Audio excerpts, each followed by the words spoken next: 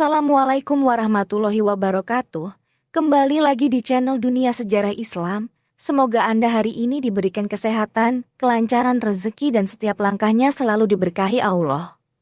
Mari kita dengarkan baik-baik kisah berikut ini dan Anda bisa tulis di kolom komentar tentang apa ya yang Anda rasakan setelah mendengar kisah ini.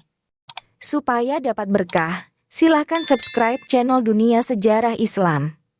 Dalam kisah yang penuh dengan nuansa mistis dan spiritual ini, kita diajak untuk merenungkan tentang misteri kematian dan kehidupan setelahnya melalui peran malaikat Israel, yang dikenal sebagai malaikat pencabut nyawa. Kisah ini dimulai dengan refleksi malaikat Israel yang mengungkapkan keheranannya terhadap perilaku manusia yang tampaknya tidak peduli akan kematian, meskipun dia, sebagai utusan Tuhan, dapat mencabut nyawa mereka kapan saja. Salam damai, Assalamualaikum warahmatullahi wabarakatuh. Mengawali kisah ini dengan mengingatkan kita akan kehadiran malaikat maut dalam kehidupan kita.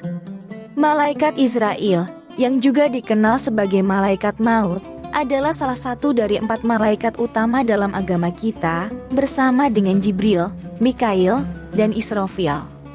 Dengan wajah, ukuran, kekuatan, lidah, dan sayap yang serupa dengan malaikat Mikail, malaikat Israel diciptakan oleh Allah Subhanahu wa Ta'ala dengan kemampuan dan karakteristik yang luar biasa.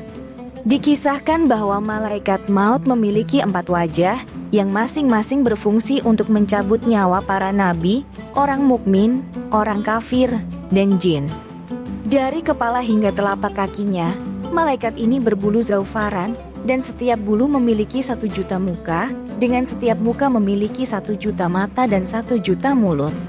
Kisah ini juga mengungkapkan bahwa malaikat Israel memiliki kemampuan untuk berbicara dalam 1 juta bahasa yang berbeda, dan memiliki sayap sebanyak 4.070 kaki. Salah satu kakinya berada di langit ke-7 dan yang lainnya di jembatan yang memisahkan antara surga dan neraka. Ketika Allah menciptakan Al-Maut dan menyerahkannya kepada malaikat Israel, terjadi dialog yang mendalam antara mereka berdua, mengungkapkan rahasia dan misteri Al-Maut yang kemudian disaksikan oleh seluruh malaikat. Setelah menyaksikan Al-Maut, semua malaikat tersungkur dalam keadaan pingsan selama 1000 tahun. Ketika mereka sadar kembali, malaikat-malaikat itu bertanya kepada Tuhan mereka, apakah ada makhluk yang lebih besar dari ini? Allah menjawab, mengungkapkan bahwa Dia adalah pencipta Al-Maut dan lebih agung daripada itu. Setiap makhluk akan merasakan Al-Maut, dan malaikat Israel diberikan tugas untuk mengambil Al-Maut, meskipun dengan kekhawatiran dan keraguan karena Al-Maut lebih agung daripada dirinya. Allah memberikannya kekuatan, dan Al-Maut menetap di tangannya, memberikan seruan yang menggema di langit, mengungkapkan perannya sebagai pemisah dan penghancur dalam kehidupan makhluk. Malaikat Israel, dengan kemampuan luar biasa yang diberikan oleh Allah, dapat dengan mudah mencapai barat dan timur. Seperti seseorang yang menghadap meja makan yang penuh dengan makanan yang siap untuk dimakan. Ketika menjalankan tugasnya mencabut nyawa makhluk di dunia, malaikat Israel akan turun ke dunia bersama dengan 2 kelompok malaikat, yaitu malaikat rahmat dan malaikat azab. Untuk mengetahui di mana seseorang akan menemui ajalnya, malaikat maut bekerja sama dengan malaikat arham.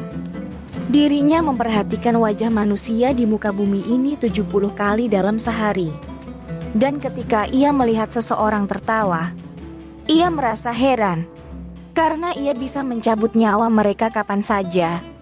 Namun mereka masih tampak bodoh dan tertawa. Sebuah dialog dengan Rasulullah Shallallahu Alaihi Wasallam juga diungkapkan, di mana ditanyakan siapa orang yang paling cerdas. Jawabannya adalah orang yang paling banyak mengingat mati dan yang paling baik dalam mempersiapkan kematian tersebut. Kisah ini juga mencakup dialog antara Allah dan malaikat maut tentang pengalaman mencabut nyawa, yang mencakup momen ketawa, tangis, dan kejutan malaikat maut. Memberikan kita gambaran yang mendalam tentang kompleksitas dan emosi yang terlibat dalam tugas ini. Kisah ini berlanjut dengan penggambaran hari kiamat, di mana setelah semua makhluk telah mati, hanya malaikat Israel yang tersisa. Dia diperintahkan oleh Allah untuk mencabut nyawanya sendiri, dan saat dia melakukannya, jeritannya begitu dahsyat sehingga jika ada makhluk yang mendengarnya, mereka akan binasa seketika. Malaikat Israel mengungkapkan penyesalannya, menginginkan untuk mencabut nyawa orang mukmin dengan cara yang lebih lembut jika dia tahu betapa sakitnya proses tersebut. Kisah ini juga menyertakan narasi tentang malaikat Israel mencabut nyawa seorang yang kaya raya, dan bagaimana harta orang tersebut berbicara kepada manusia, mengungkapkan bahwa harta bisa digunakan untuk baik atau buruk, tergantung pada bagaimana manusia memilih untuk menggunakannya. Kisah ini berakhir dengan pesan bahwa harta tidak bisa melindungi kita dari kematian, dan kita harus selalu ingat akan kematian dan mempersiapkan diri untuk itu. Mengingatkan kita untuk selalu merenungkan dan mempersiapkan diri untuk kehidupan setelah ini. Wassalamualaikum warahmatullahi wabarakatuh.